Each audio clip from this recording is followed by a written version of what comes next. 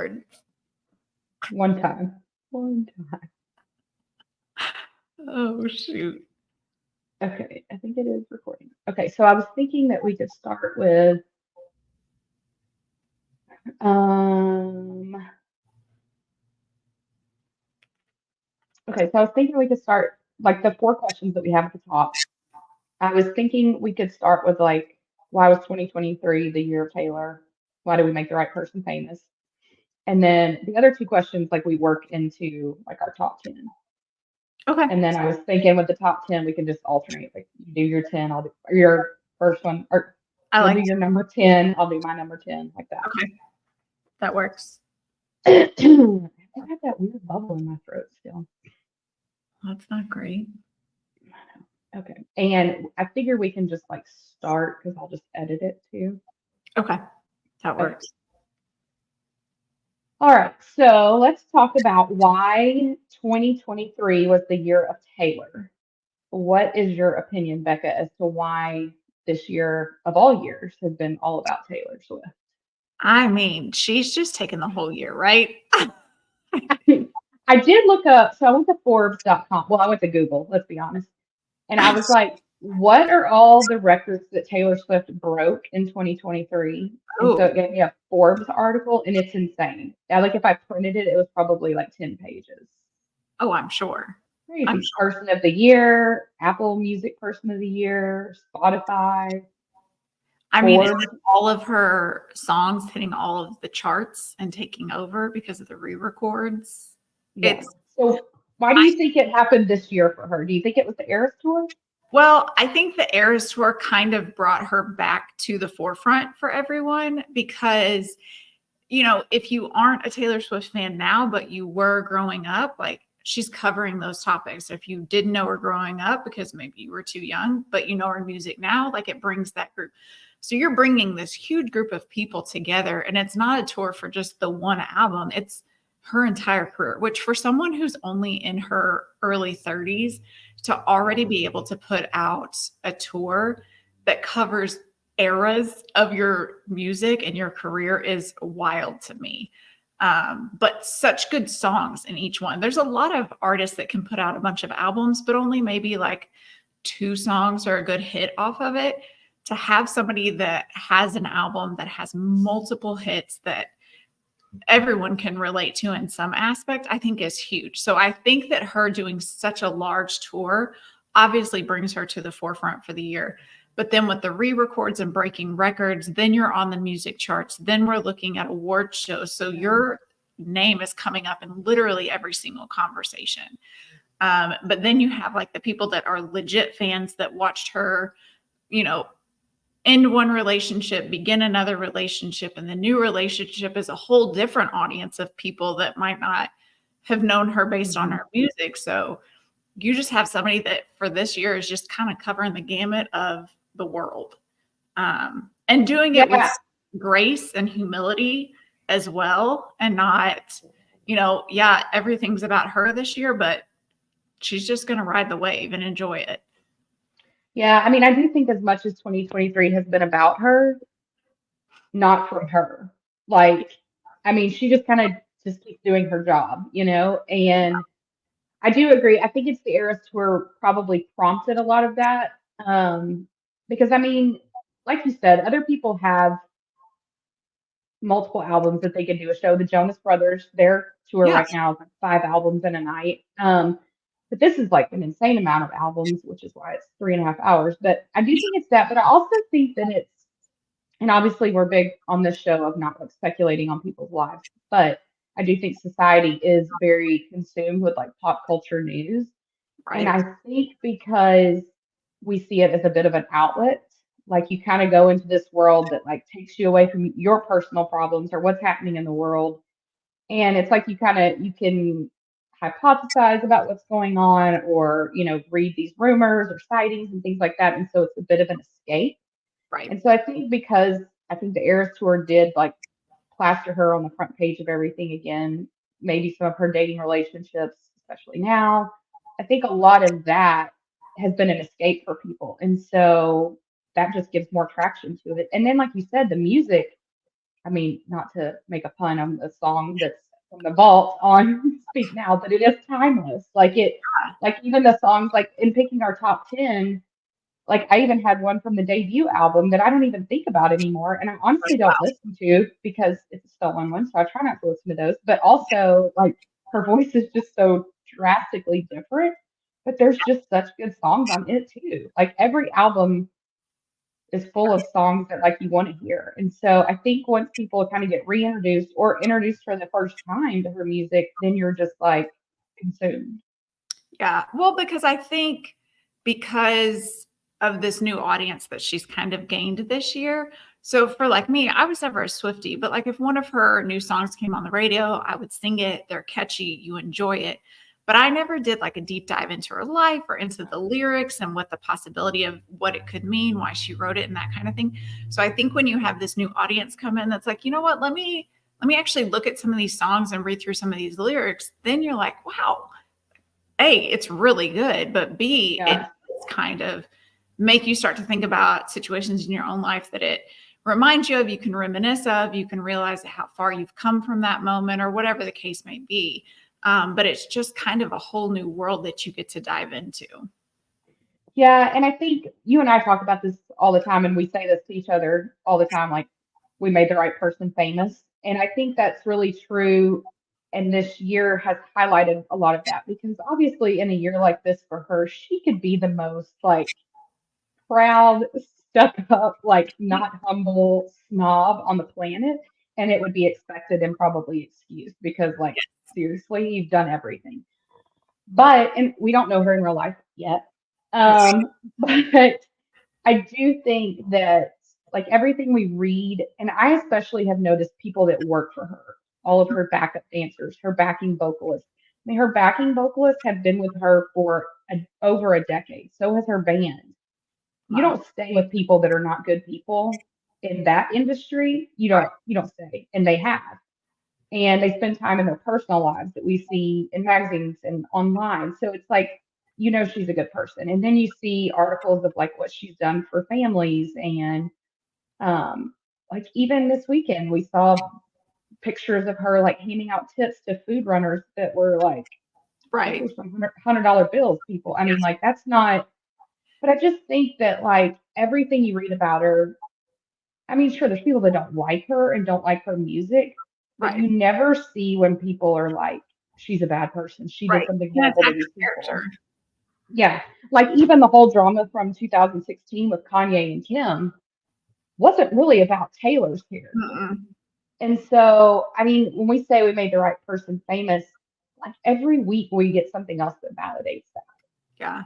Well, and she's even been in interviews talking because I think once you get to the level of stardom that she's at, like you were saying, these people could get so high up in the clouds and just not even understand the common person, the common fan that's listening to your music. And I can't fathom living in a world where literally you step outside just to get in your car and there's 50 people, yelling your name, taking your picture. How annoyed we're annoyed when our kids are saying it 7 times during the day. I can't fathom if you have a huge group. And the way that she just takes it with such grace of saying, yeah, I have bad days. And yeah, there's days I want to be left alone. But this is what I always wanted. Like to Yeah. have that perspective and to continue on in life of realizing like this is not normal, but this is my normal and I'm going to make it as normal. And just to continue to keep that humility of, I always wanted this. This is what I wanted. So I can't now say, this is so Yeah. annoying. Please leave me alone and those kinds of things. That speaks so much to her character and kind of how mentally you can cope with all of that. Yeah. Whereas I think a lot of celebrities kind of get themselves on this pedestal of thinking they're better than, and her just realizing, listen, I enjoy music. I enjoy writing just like everybody else does. She just has a bigger platform for it. But to always take the fans into consideration and realize that's why you have the career that you have is a huge thing that it seems like she has always kept in the forefront of her mind. Yeah. And I think,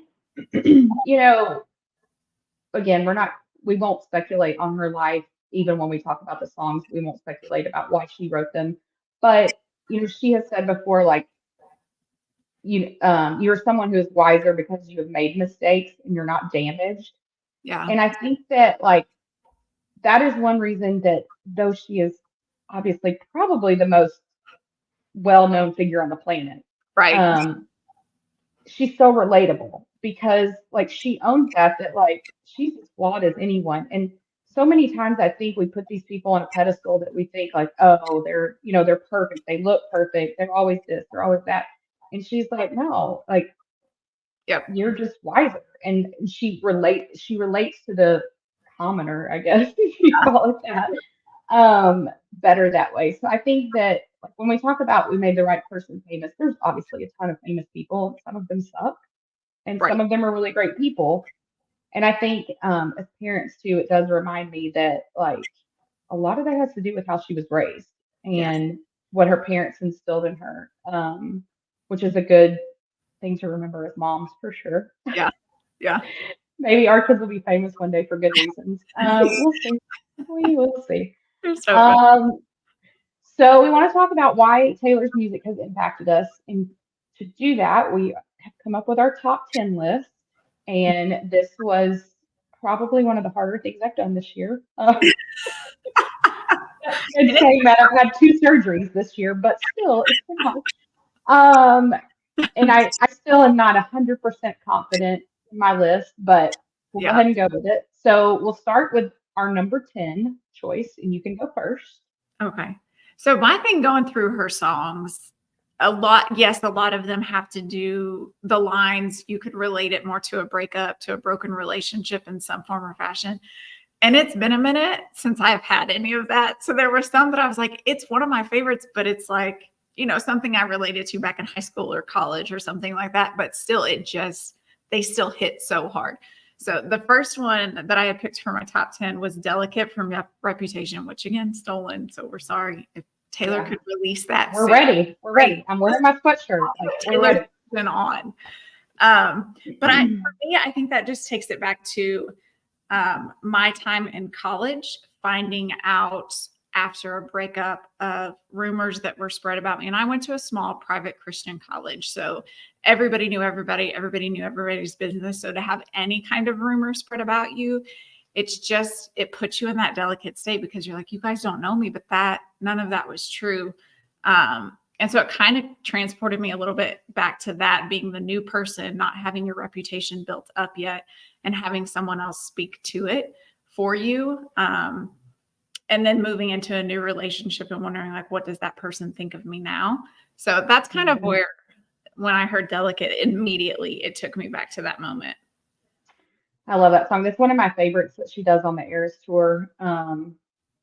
Partially because I really love the part where the audience has added the one, two, three. Let's Yes, go. I like it. Um, I'm really hoping that that is somehow on the re-record. I don't know how it could be, but I would love that. Right? Um, Make it happen. so that's a good one. So my number 10 is also from Reputation, the stolen version. I didn't realize that.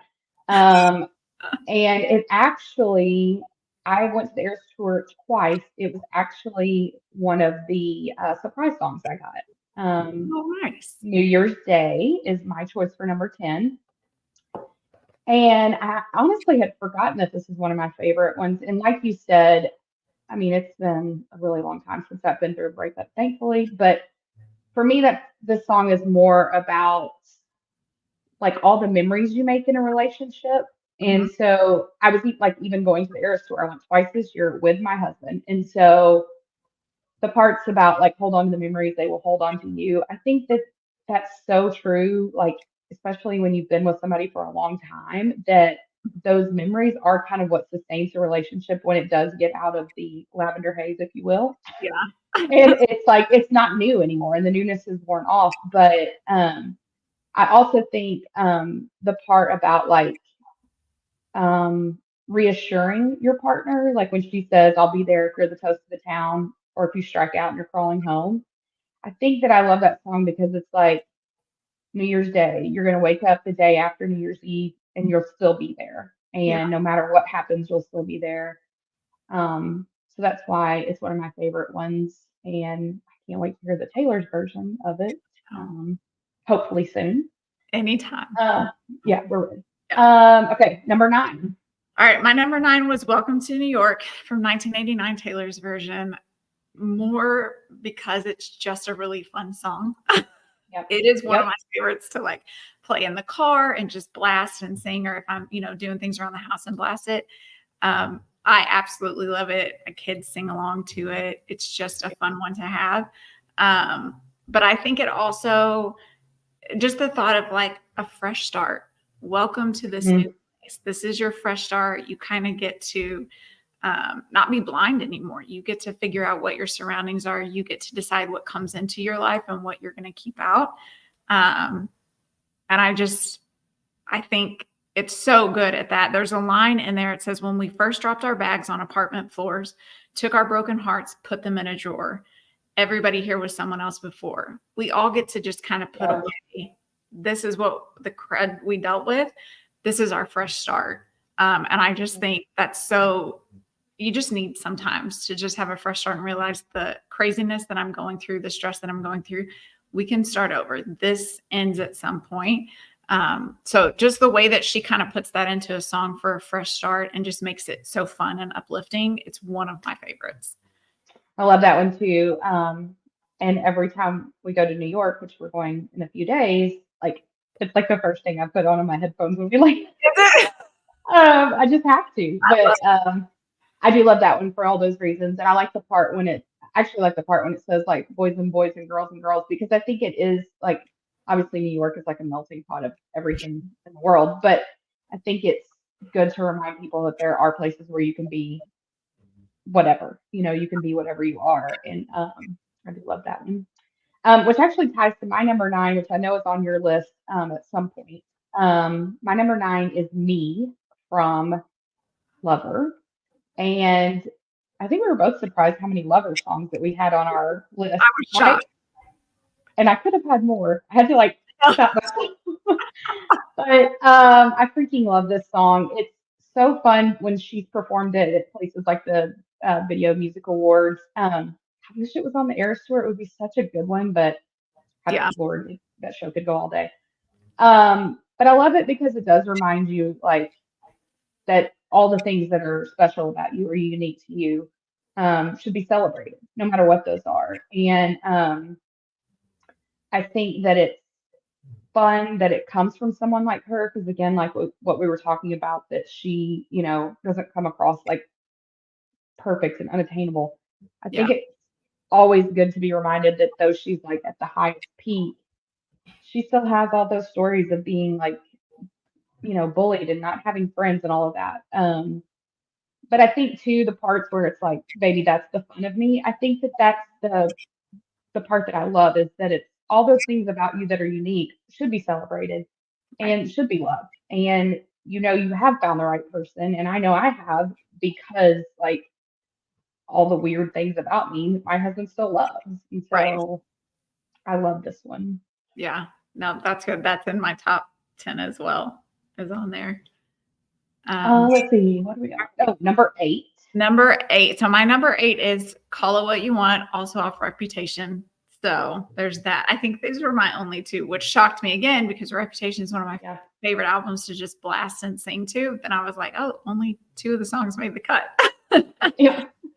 So, but for me, that song kind of takes me to a kind of a time in life where I felt like I had to protect myself. I had to protect my family, our sanity, and those kind of things.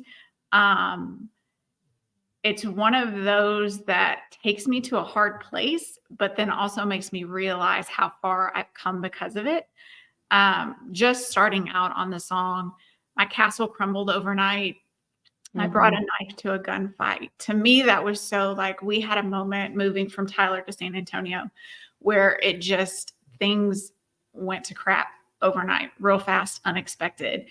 And I brought a knife to a gunfight. We were not prepared for this at all. We didn't know this was coming, so showing up to something and being so unprepared is one of the things that I dread most in life. And so those words just hit me. I think I had noted where it had stated, all my flowers grew back as thorns, windows boarded up at the storm. For me, that was one of those, I'm taking all of my people in and I'm protecting us right now while we wade through this difficult time. Because we're going to come out stronger. But right now we've got to close these walls in, and that's okay. We get to have fun and enjoy in here. I think it talks about like building forts inside with, fires, that stuff. So that's one of those songs that just, it's such a hard part in life, but then getting to see the growth out of it and seeing it's okay. Like all of these people go through something so difficult that they can relate to, and kind of having to close yourself off from everybody for a while you just kind of get your strength back. But it's it is actually my number 8 too. Which I oh, is it? Yeah. I had it as 7, but I think it really is 8 because anyway, you'll see in a minute. But same kind of situation. I think that for me, this whole year has been kind of a weird year for our family. Like, just a lot of like just weirdness. I don't have a better way to put it. And things have kind of evolved in some other relationships, and it's just been kind of a weird year. But like what we've done is kind of hunkered down, and we've said like whatever we do, we're going to do as a family. And like we started traveling a lot more this year, just like the 3 of us, or even just the 2 of us with my husband. And we've done a lot of that. We're about to leave again Friday. And so I think the part about the fort, what is that part? I can't even remember it now. Oh yeah, I'm laughing with my lover making forts under covers. I think just making all those memories together and just being able to be ourselves. But also one of my favorite lines in that whole song is he built a fire just to keep me warm. I love that line.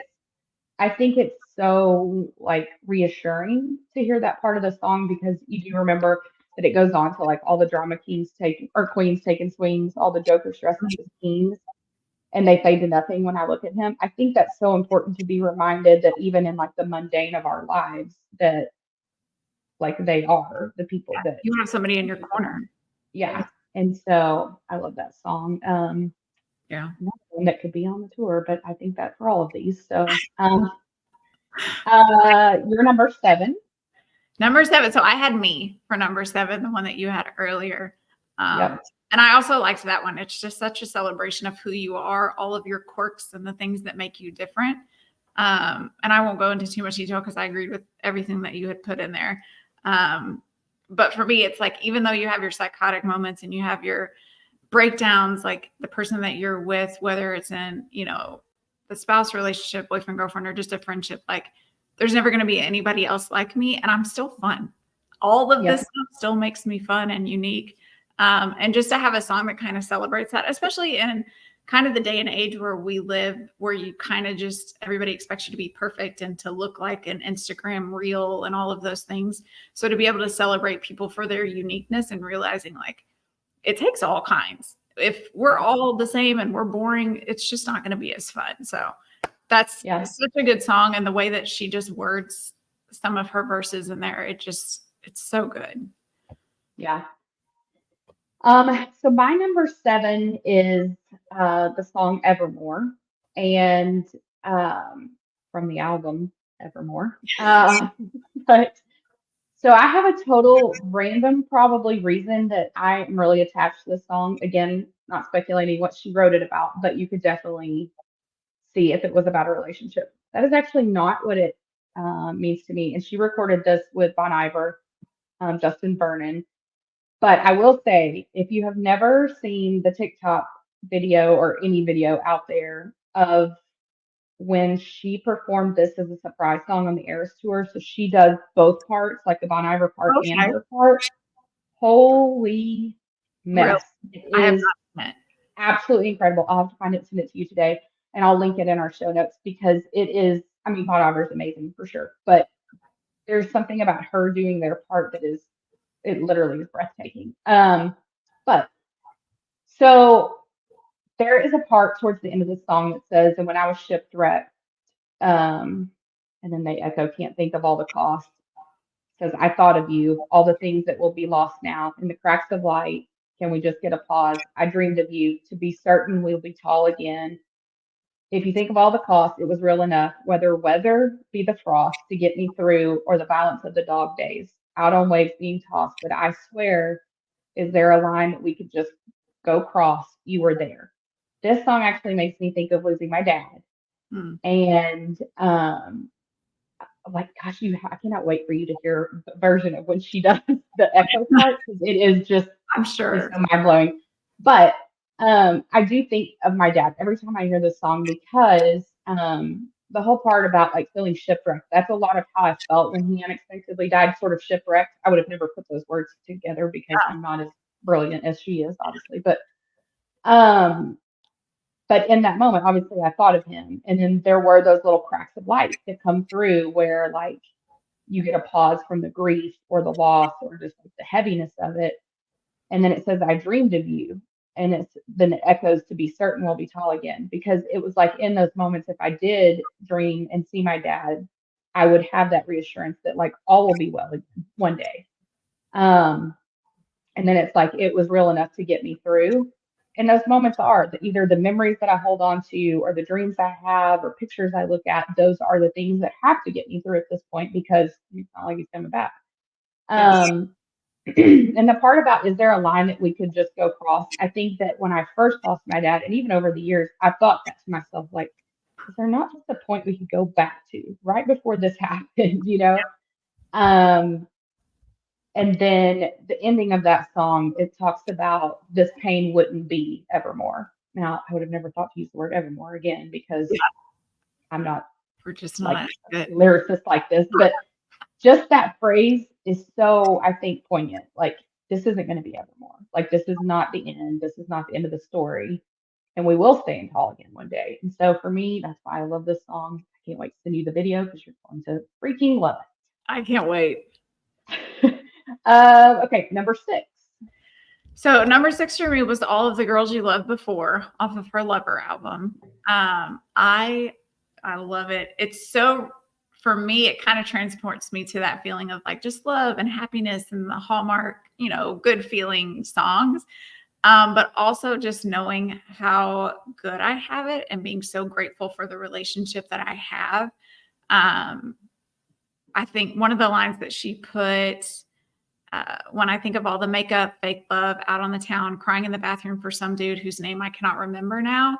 To me, Mm-hmm. it's just like when you thought your world was crumbling because of a breakup, and then to come out on the other side and realize, all of that made me who I am, which is perfect for you. And then, Mm-hmm. so I like that one. The line stars are aligned and they intertwined. For myself, that's just a perfect fitting for me and my husband, just because of how we came together and the relationships that we had just prior to coming together made us so perfect for each other. And all of the things that he went through are things he would have never gone through with me. So he wouldn't have experienced that hard to be able to be what I needed later in life when maybe I went through some of those things. So it's just kind of one of those moments to just be grateful for the breakups that happen in life and, with work, with friendships and that kind of thing, because it makes you better on the other side to be able to handle whatever situations might come. Um, Yeah, so that's one that I don't think gets enough credit for being, because like when you hear about the Lover album, you don't really think about that one. That's another one. I'll send you the video if you haven't seen it. It's I another have one that she does. one. Okay. Because there's a moment in that one when she does that surprise song that I think is again part of why she's so relatable. There Mhm. were at the time obviously all those rumors about like, is she back with somebody? Is she not? All the things that always happen for her. And that part, the line that you mentioned, like whose name I don't recall or remember anymore, and she winked at the audience, and so it was like they knew, like, I'm good, you know. And I love that she has that relationship with her fans. But that is a really good one. And I never think about that song. Yes. To me, it's one of those things where I think people, when a relationship ends, one person has to be wrong, one's right, one Right. person's good, and one's good. And I think it's just one of those reminders that's not the case. Like we were good for a moment and now it's Mhm. over. We can be thankful for that and move on. Instead of somebody always having to be an enemy or a bad thing. Yeah. My number 6, total opposite, is um, "You're on Your Own, Kid" from Midnight. Um, this is the song that I just freaking love. I think there's a lot of speculation about different parts about what this is about. I do think there's some Easter eggs about her re-records in the chorus part, but for me, I just love this song because it's a great reminder of like you can pour everything into something and it may never be enough for some people. Yeah. And the people that you think will like be along for the ride forever may not. But at the end of the day, like you can do this. Like you have what it takes inside to walk your path. And so um the part about because there were pages turned with bridges burned, everything you lose is a step you take. And of course I love the part where she says to make the friendship bracelets. Take the moment, taste it. You've got no reason to be afraid. That to me is just like that could be like my life quote. Kind of in a way. It's like there are going to be a lot of bridges that burn in life for good, like some it's a good thing that they do, and some it's painful and hard and bad. But remembering that every loss you experience is a step and it gets you further along the way. And the part where she brings up to make the friendship bracelets, I think she obviously is mentioning that and with her concerts and everything, friendship bracelets are kind of synonymous with her. But I think it's a good reminder for other people that you should celebrate and wear the people that always are with you and never leave your side. You should wear that like a bracelet, like a badge of honor. Take the moment and taste it. Like there's going to be a lot of hard, but when the moments are good, like you really need to absorb that and that you've got no reason to be afraid. I think that's just a good reminder that like everything else in that song, all the blood, sweat, and tears, starved my body, was waiting for the perfect kiss. You don't have to be afraid. Like Right. it's you can do this. And the how she ends it, the very last line, you're on your own, kid, you always have been. I think it's just I don't know why she wrote that. I did see an interview yesterday with Jack Antonoff in Vulture magazine where he said that when this song was done, it was like a gut punch for him. Mm. And I think like watching her perform this again, like in the Airs movie, um, and I think there's a reason she performed it, I think 3, 4 times already as a surprise Yeah. song just in the US leg. I think it's just that reminder that like you've always been enough. Like Right. no matter what you were going through or what was happening, you've always been enough. Yeah. So I love this song so Which is much. such an important lesson to learn. And just the way that she can put that into words that no one else could. And it's Of okay. course. It Yeah. doesn't have Yeah. to do that. It's okay. Yeah. That's such I a good. think it's a good reminder too, though, just because of like what we said about she is at that peak. Um, like she still knows at the end of the day, like she's got this, just Yeah. her, without all the accolades and the entourage and all that. Like she's got this. So, Yeah. number 5. Number 5. So my number 5 is You Need to Calm Down on the Lover album. This one is Mine so too. fun. Is it I your didn't number? realize. I didn't realize we both had that one I too. did go Yeah. back and look. That's so funny. Yeah. For me, this is just one of my favorite ones. To just belt out. Oh Um, yeah. when you've kind of got that like talking to somebody and you're like, just chill for a minute. Mm-hmm. But I think for me, it's reminiscent kind of who I've become now as an adult. Us having similar upbringings, and especially in my 20s, we were supposed to be this picture perfect cookie cutter Yeah. person. And people's opinions of us, it mattered what they thought was going on, what we looked like. And it highly affected me. And the words that I chose to say, the college that I went to, it all mattered to me what that perception was. And so Mm-hmm. now coming out on the other side and realizing like, no, I'm good. Like it does Yeah. not matter what your perception of me is as long as I'm good with who I've become. There's a section of the song that says, I ain't trying to mess with your self-expression, but I've learned the lesson that stressing and obsessing about somebody else is no fun. What you do in your world does not have to affect my world. And I don't have Yeah. to stress about it. And we can all Yeah. calm down. So if you're coming at me with, why are you doing that? Why are you saying that? Why are you raising your kids? Whatever it is, you're going to Mm-hmm. need to calm down because this doesn't affect you. And I've made the Yeah. best choice for me. So it's just kind of one of those really good reminders that like other people's opinion of you does not have to matter. It does not have to change my day to day. It doesn't have to change what I think of myself. So it's just kind of one of those fun things that where we know those things, but then to have it put into words and especially in such a fun, upbeat way, just makes it more relatable and fun. Yeah, I agree. I think this is a really fun one that she does on the Eras tour too. But Mm-hmm. um, I love that part about I've learned the lesson that stress and obsessing about somebody else is no fun. That's such a good reminder because how many years have I wasted in the past Right. worrying about all of that? I also like the next part when she says, "And snakes and stones never broke my bones." And obviously that like makes me think of Reputation, but I think it's a good reminder that like the whole world can throw everything at you, and it's not Yeah. going to be what takes you down. But Right. I also love the part where there's several parts that tie together, and the part in the beginning when she says, "But you say it in the tweet, that's a cop out." I I love love that part because there are so many like keyboard warriors out there that it just makes me insane. It has to make her insane because of the things the they're saying about confidence her. and But tenacity that they have behind a keyboard is it's wild.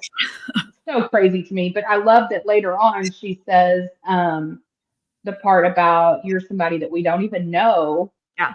but you're coming at my friends like a missile. And I have friends that are in the public light, I guess. And a lot of times when I get on Twitter and I read things about them, it makes me so mad and I want to like respond to all of them. And I'm not gonna lie, I do respond to a lot of them. And I'll be honest, some of my friends will text me and be like, "Hey, somebody said this about our friend."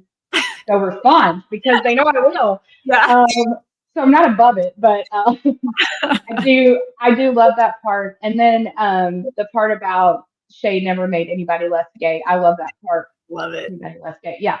I love that part because it's just a good reminder that you can talk all the crap you want about someone, you can judge them, you can tweet about them, you can do all of those things. It's not going to change who they are. Right. And it like it shouldn't have any bearing.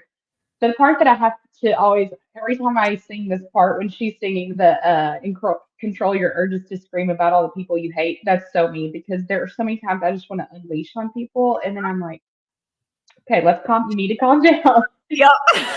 But yeah, it's one of my favorites, and Such a it's good one. so fun when she performs it. Yeah. I like Um, all number right, number 4. So number 4 for me, I had put Anti-Hero off of her Midnight's album. I Mhm, love this song. For me, it's me to a T. To a T, because I worry about anything and everything. My husband mhm, always knows I have a plan for when plan A, B, C, and D have failed. We've got another plan in place. Like I'm prepared for worst case mhm. scenario. Um, Yeah, I'll be up in the middle of the night worried about things that don't need to be worried about. But if no one else worries about them, then what's going to happen when it happens? So I need to go ahead and worry about this. yep, I yep, just, she has mentioned about this song kind of struggling with that idea of her life and becoming unmanageably sized. And just kind of this song being a guided tour of the things that she hates about herself. And it's one of those things where I look back and I'm, constantly saying, don't worry about this. If this falls through, it's not a big deal. It's not the end of the world, but I am going to worry about it because I constantly think everyone's learning something faster than I am. I need to catch up. mhm, I need to yeah, be there. And it's not the case. Her opening line that says, I have this thing where I get older, but just never wiser, which I told you before, like that is one of my biggest fears is that I keep going through life and I'm not learning the lessons that I should have learned. Even if I was yeah, never in this situation, I feel like I should still learn these things. And so it's one of those things that I'm constantly worried about myself, just never getting wise enough in parenting, in my job, in life, or whatever that case may be. And so, but it's just kind of a fun one to kind of go back and just reminisce and see. yeah, You don't have to, hate all of these things about yourself because everybody's thinking that. We're all kind yeah, of in the same boat thinking that we're not getting to where we're supposed to be. yeah, Um, when she put, I should not be left to my own devices. They come with prices and vices. I end up in crisis. That is me. I am going to panic and I'm going to put us in crisis real fast. It's going to be fine. It's going to come, but I need to get that out first.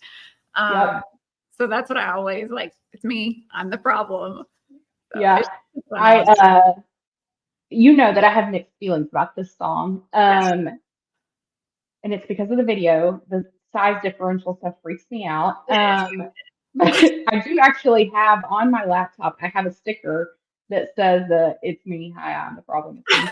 So it's funny because yeah, it's my husband, if I'm like having a panic attack or anxiety about something, they're like, it's gonna be fine. Everything's gonna be fine. Yes, I get that, but I need to flip out first and then calm down. Like there is an order to my madness. is. You need to let this play But yeah. So mine is like polar opposite again of this. And this is actually not from one of her, I guess you would say personal albums. This is the song Safe and Sound from the Hunger Games soundtrack, from the original Hunger Games. And she wrote and recorded this song with the Civil Wars, which can I just say is a group that I really wish had never split up. They No, were so good. And I know that they're not together anymore as a couple, but man, they made good music right. together. For the And I people love that. stick musically together. Yeah, and I love that when she did re-record this song that they actually, even though they're not married anymore, they came together to re-record it because they knew it was an important song. Yeah. Um, again, 100 million things that this song could be about. I love the Hunger Games, the books and the movies, and so I know like the moments in the movie that it's about. But for me, I actually think of my son with this song, Nice. um, especially the parts about let's see. Just close your eyes. The sun is going down. You'll be all right. No one can hurt you now. Come morning light, you and I will be safe and sound. And I think our son has trouble sleeping at night. He wakes up and freaks out. He comes to get me. And so there's part of me that gets super annoyed by that. And I'm very tired a lot because of it. Because I don't just fall back asleep easily, as you know, because I'll send you TikToks at like 3 in the morning. Um, but I love that song. I love that part because it reminds me that for him, I am that safety at this time in his life. And so that's really special. And the part about don't you dare look out your window, darling, everything's on fire. The war outside our door keeps raging on. Hold on to this lullaby, even when the music's gone. I think the lullaby makes me think of him anyway, but I think it's such a good reminder as a parent that we are that safety for them, especially at this age. My son just turned 8 on Saturday. And so we are the reassurance to them. And even though you and I are, we can panic about things, like for them, we have to be the safety and Right. the sound part of their life. And I think it's such a good reminder that no matter what's happening outside of our home, in Hmm. our nuclear family, we are safe and we Right. always will be. It's fine. Um, and so I just love that. This song is actually my husband's favorite song of Taylor's, which made me start re-listening to it. It was one that like I heard it in the movie, but it, not being on her albums, I just didn't really listen to. But because he loves it so much, and he has said before that like in his moments of anxiety and panic, that this song can really calm him. And Yeah. so I've started listening to it a lot more, and I just love it so much. It's such a good one. And I had heard it, but it was kind of one of those I heard it on the radio and then Yeah. didn't think anything of it. And then I saw it on your list and I went back and listened a few more times. And you're right. It is so good. And it's one of those where it's just, it can kind of bring you to that place of peace a little bit where Hmm. everything is fine. I don't have to figure out the world right now. I just have to get Yeah. me good. So yeah, that's such a good one. Yeah. Number three, So number 3 for me was Maroon off of Midnight's. such a good one. I love Maroon. I think I love it so much because with her play on words, with taking the word Hmm. maroon and then what you can kind of take from it to Hmm. portray it to be anything. So for me, it kind of, I know the song, when you look at all of the words and all the verses, it kind of leans more towards like an ex-lover type situation. But for Hmm. me, it reminds me of relationship with my parents back right after college. And just kind of that was a huge turning point in our relationship. Um, where I love the line where she says, "The rust that grew between telephones, the lips I used to call home, so scarlet it was maroon." For me, the maroon just means like that was something that was so great and so wonderful and so pure and perfect. Hmm. When this dark and hard kind of came in, now it's a little bit darker. Now it's that maroon color because the relationship isn't the same. Doesn't always have to be a bad thing, Yeah. but it could be. I mean, there's some bad that came in there. Um, when the silence came, we were shaking, blind and hazy. How the hell did we lose sight of us again? For me, it was more of like a, how is this relationship not what I thought it was? Yeah. Um, this isn't the parent child relationship that I thought we were supposed to have at this point. This isn't how I played this out in my head. So we used to talk all the time. We used to have all of these good things. And now this piece has come in and now it's a little bit darker. And now I'm starting to kind of protect myself a little bit more. Yeah. But this is just because it takes me back to that time in my life, which for me, I feel like was such a turning point in who I became as a person. It's Hmm. a bigger song, but just how she uses words to draw out a situation. Yeah. I absolutely love that. Especially having like my background in English, the way that Yeah. she can just kind of do her lyrics to draw a picture of a situation, of a person, of a moment in time. Is just Hmm. phenomenal.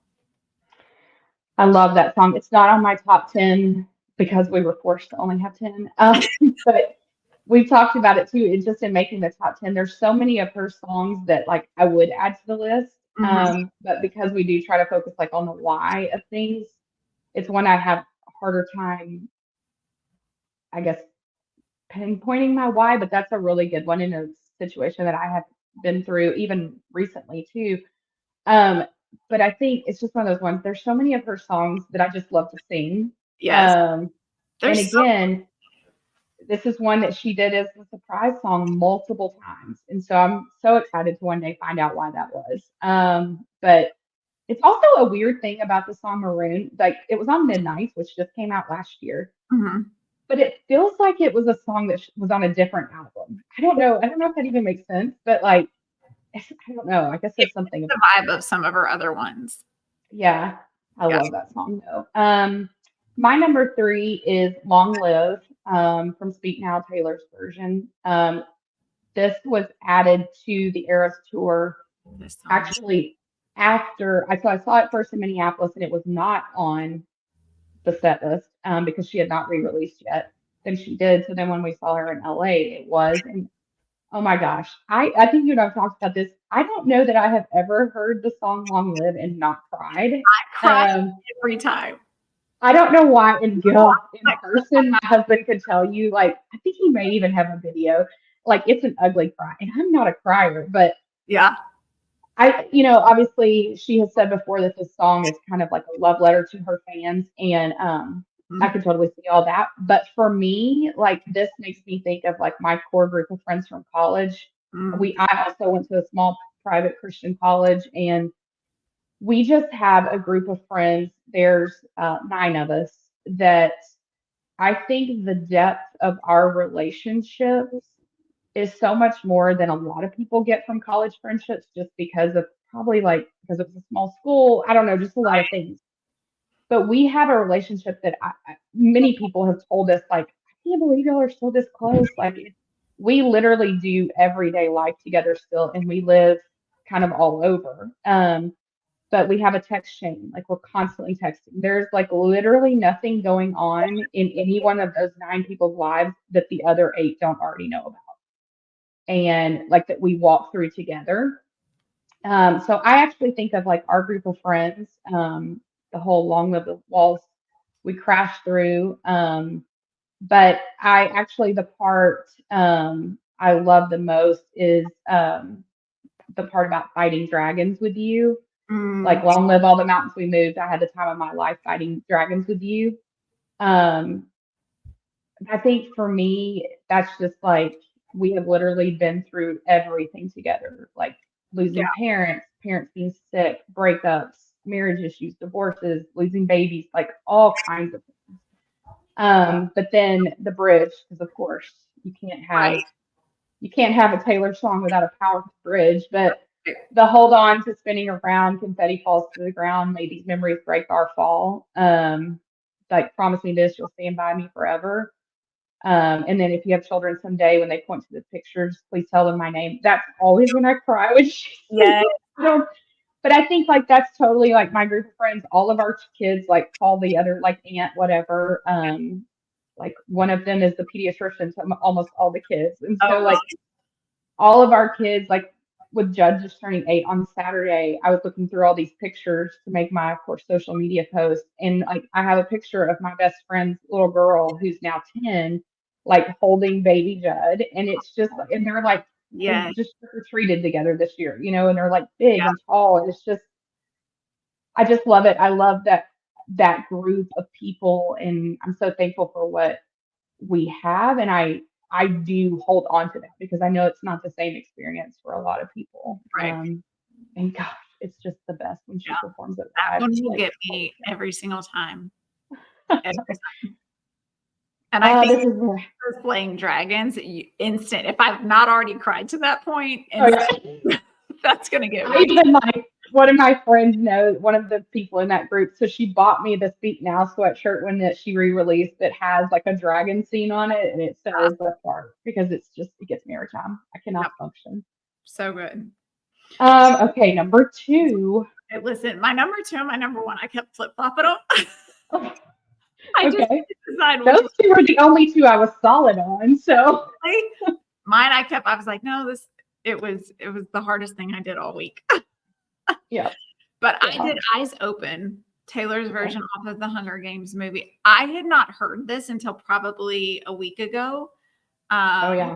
I don't know how I missed this, but I had not heard it. And I was looking through some of her stuff and it came on and I was like, oh my gosh, just going Hmm. into the words, I absolutely loved this song. To me, it was kind of, it made me think back to when I started to have my own voice and I started Hmm. to use it. And the perception around me of what I should say and what I should do was different than what I was saying and what I was doing. And I was proud of myself in those moments, but then everyone around me that I loved was not proud of it. Um, Hmm. and so you just felt like I was under attack constantly. Like this Yeah. rage inside of me where I was like, I'm not going to fail just because you say I am. Um, the line, so here you are 2 steps ahead and staying on guard. Every lesson forms a new scar. I'm constantly running into another thing that's hurting me and causing some cut in a Hmm. relationship and a thought process, but it's leaving that new scar. They never thought I'd make it this far, but turn around. Oh, they've surrounded you. It's a showdown and nobody comes to save you, but you've got something they don't. To me, it was just because that's such an important moment in my life that I constantly look back on and I'm like, look at what you were, but look Yeah. how you proved them all wrong. And then they all came back and apologized after the fact. Yeah. It's just one of those songs that to my core, that was a moment that made me who I am. And so to have somebody kind of put words to what my feelings were at that time it's kind of important for me to have that just because music was a huge part of my life growing up. And so Hmm. now I use it as a huge part of my life to express myself in some way, like it, speaks to me in some way, it calms me, lifts my mood or whatever that is. But Eyes Open is just such a good one for, you know, Yeah. I am always on alert, but I'm not going to fail. You're not going to catch me. Yeah, that's one. I love that one too. Um, that is one as somebody who has really struggled with anxiety and panic attacks for like what seems like forever, like 15 or so years. That one really can calm me quickly. Like the parts about like dreaming dreams with happy endings, but then also like um, when she says like keep your feet ready, your heartbeat steady, keep your aim locked, the night goes dark. It's like it walks me through it. Like, because I'm one of those people, like when I first started having panic attacks, you go to therapy and they're like, you need to count and do this and, think of this and do all this. I'm not good at that. Like I suck at therapy. Like I'm not cut out for it. My mom is a therapist. And so I think it's just like in me to like buck the system.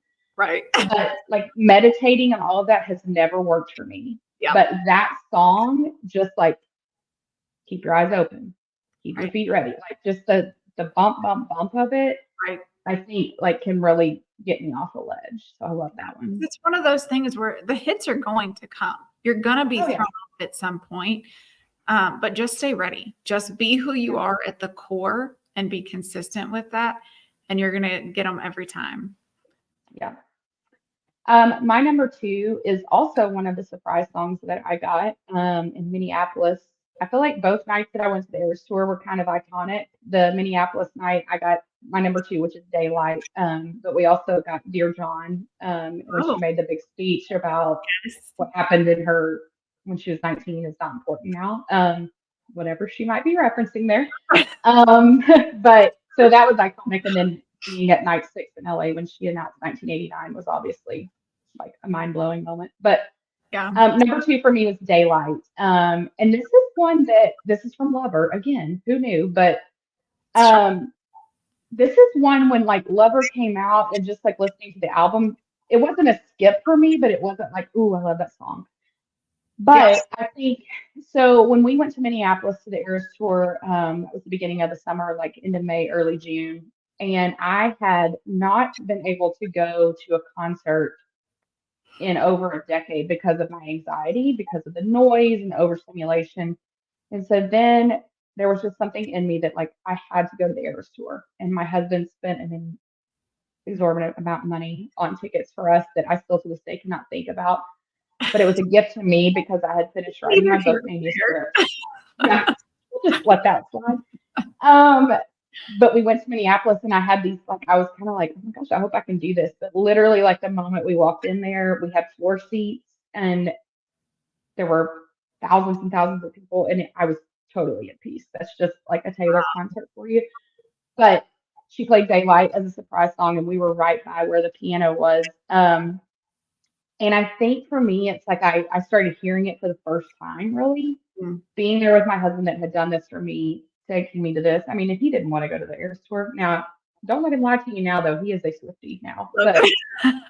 Um, but there's so many parts of that song that just remind me, like she says multiple times in there, I've been sleeping so long in a 20-year dark night, and now I see daylight. I only see daylight. And that reminds me of like all the relationships I had before my husband, one kind of longer term, and then all of that was like whatever it was, right? And now it's like it's not, I'm not saying it's, roses and butterflies every day for sure, but it is like the daylight has come. And then I also think, again, harkening back to how we were raised, there's a part that's like, I once believed love would be black and white, but it's golden.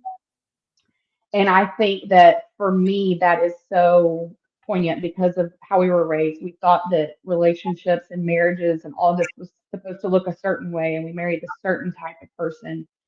And I sort of like bucked all of that tradition, especially being from the South, marrying an African American man, which is a whole nother thing.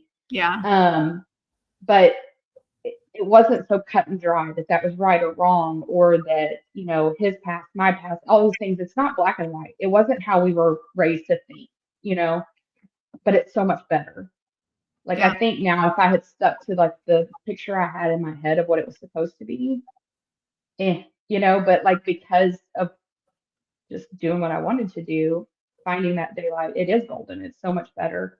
Yeah. Um, And then I think to the very last line, there's something, I just realized this. There's something about the last line of her songs. We need to do a deep dive on this on our side Oh. chat. But the last line of this song is, "You are what you love."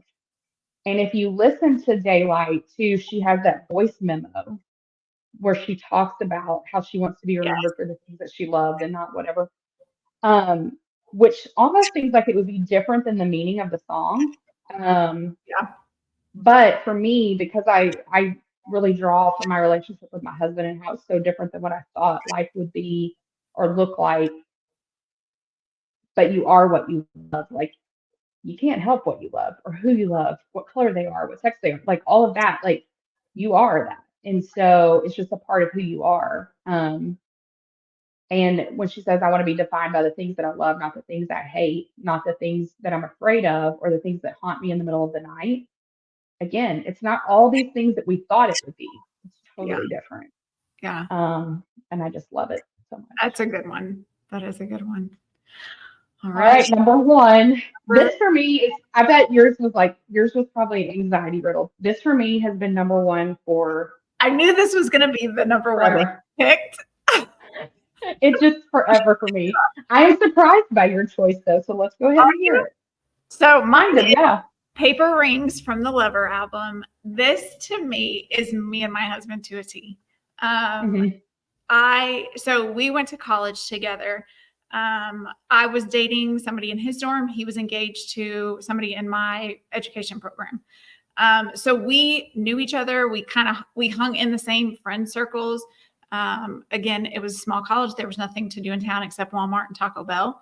So literally on the weekends, you spent time together. And so he was always somebody that I hung out with, but we were just friends. And literally neither of us ever thought anything more than that. And then we get to a moment where I had broken up with my boyfriend, his engagement had ended. And I reached out to him to like check on him or something. And in that instant, my roommate was sitting in my dorm with me. And immediately, as soon as I saw it, was back in Facebook when, the statuses were a big thing, Oh single, yeah. complicated. And like that night it popped up his name and single. And I looked at my roommate and I said, now I can marry him. And we were both shocked because I didn't know I had those feelings for him. Obviously, Yeah. we talked about that before. So there's a line in the song, I hate accidents except when we went from friends to this. I'm such a planner. Yes. That was nothing I had ever planned out. He was not the type of Yes. person or the person that I ever thought I was going to marry. But in that instant, I would have married him with no ring, with, no plan for the Yeah. future. And it's Yeah. just kind of that, like, it takes me back to that moment of being, just in this happy little delusional world of like, we get to be together and this gets to be forever. So it's just kind of one of those, it was our happiest moments. We didn't have anything when we got married. So having any Yeah. kind of a ring was a big thing. Um, Yeah. but towards the Yeah. end of the song where it says, I want to drive away with you. I want your complications too. I want your dreary Mondays. To me, that's such a big thing in a relationship because I want to be the one that's there when times are hard for you. I want to be Yeah. the one that you need and that you run to because I'm your safe place and I'm your calming point. So it's just one of those that it is our relationship and I'm obsessed with that man. And so that one just kind of struck me, just the wordings that she uses. Yeah. It's funny that one was, so we went to Minneapolis night two, night one, that was one of the surprise songs. And I remember we were driving to Minneapolis and I told my husband, I was like, dang it, she did Paper Rings. I love hearing that song. That's funny that it like worked out. It is a good one. Okay, so my number one has always been my number one. Yeah, It I'm is the interested song. to hear your reasoning because I know that this one's really important to you. Yeah. Yeah, this is my life song, I think. So it's the song Clean from the 1989. Now I can thankfully say Taylor's version. I had so much guilt for years listening to this song because it's always my number one stream song because I literally listen to it probably at least 3 to 4 times a week. Oh, And I wow. always felt so guilty. So now you're welcome, Taylor, for those streams. And I will never listen to the Stolen One again. So There you go.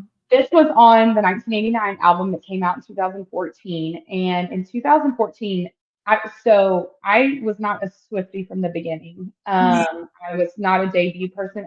In fact, to be honest, the debut album I didn't like because I didn't like her voice back then, Yeah.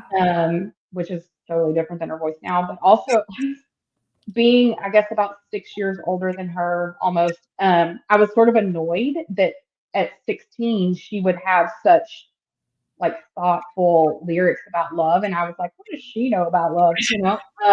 Little did I know she was just like an old soul. But Yeah. so I wasn't like an original fan. And then the 1989 album came out and it had all those hits that everyone fell in love with, Blank Space, Shake It Off, all that stuff. Yeah. I was about 5 years into my whole like journey with anxiety and panic attacks when this song came out. And again, we won't speculate why she wrote this song, but um, I'm sure it probably has a lot of meanings for other people about like relationships. It doesn't for me at all. Well, it has a meaning about a relationship with anxiety for me. So when I first heard this song, 2014, was actually the year Aaron and I got married, and like even at our wedding, anxiety like had a role in our wedding. Like we were getting married at this like historical home, and it was like supposed to be in a courtyard in front of everyone that was invited. And Uh-huh. I had a panic attack right before our wedding started, and so I went to my matron of honor, my best friend Megan, and I was like, I can't do this. And she was like, do you mean you can't marry him or the situation? Do we need to leave? And I was like, no, I want to marry him, but I can't do this in front of everyone. And she was like, okay, so we're having anxiety. I'm like, yes. So we ended up going into like the living room of this historical home, Uh-huh. just the wedding party and our parents, Uh-huh. and did the ceremony by ourselves. super fast, Oh, less than probably 5 minutes. And then like we went out to the courtyard and there were some people there that were like pissed that they missed it. And I was like, y'all need to calm down for real. right. Um, but that's like just how much of a role it had in my life. And it was around that time that I heard this song. And at the time when I heard this song, there were the lines like "hung my head as I lost the war, and the sky turned black like a perfect storm." That's Mhm. just how I felt, and the whole point of like rain came pouring down when I was drowning.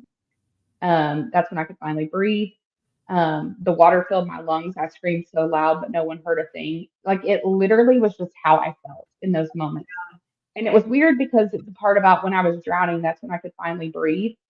It was like in that panic attack moment, like I felt like I was drowning. This is the worst it's ever been, but then it's about to go away. So I always knew, okay, like I always thought I was about to have a heart attack and die.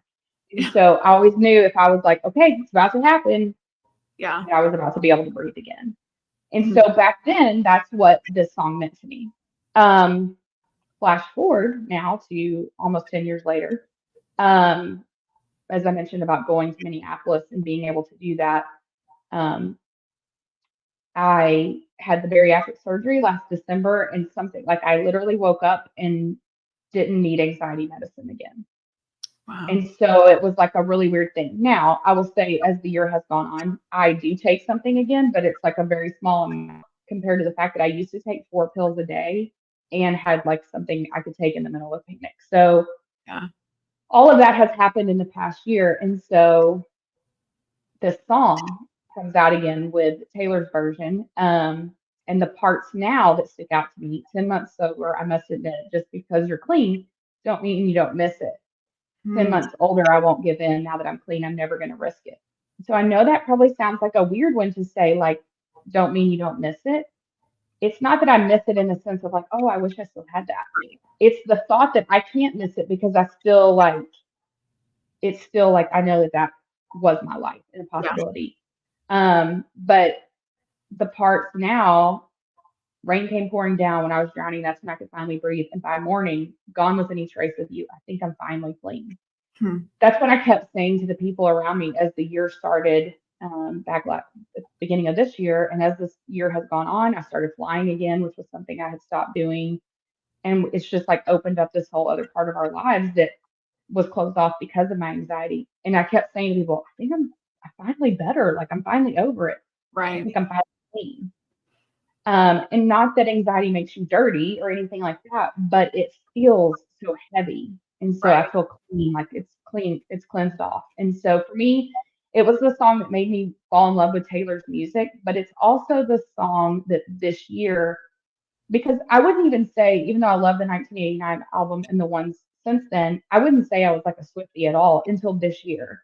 And I think it was like being able to hear clean again, being able to actually go to the Eras tour, and that being the first thing that I really did to prove to Mhm. myself that like I am finally clean. Yeah. Um, I think is why it's always just going to be like super important to me. And I just love it. So it's I always number one. I love how a song can mean one thing to you at some point in life, and then you hear it again at a different point, and it can take on a Yeah. whole different meaning. That is the sign of a lyrical genius to be able Yeah, to for do sure. something like that to speak to people.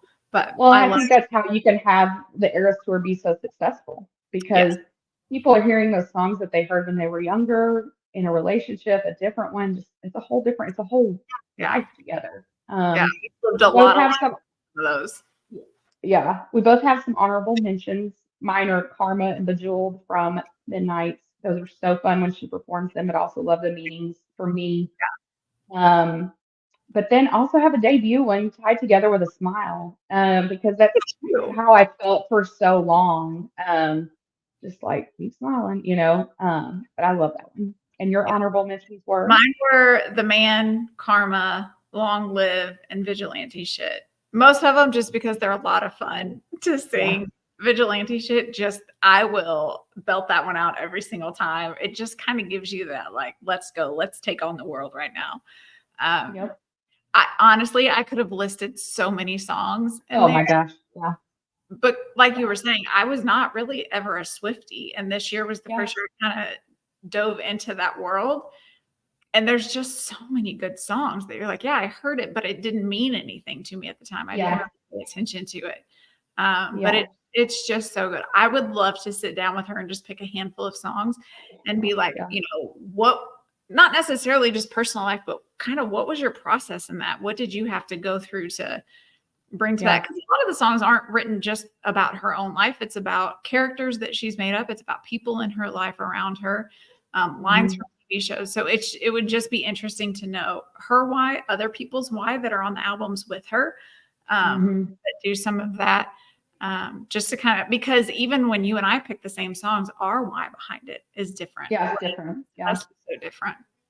I think it would be interesting this time next year if we record this same episode again. And pick If our it's still like, songs. yeah, pick our top 10 again. We'll have to remember to do that. But That would be fun because all it'll right. be Well, different.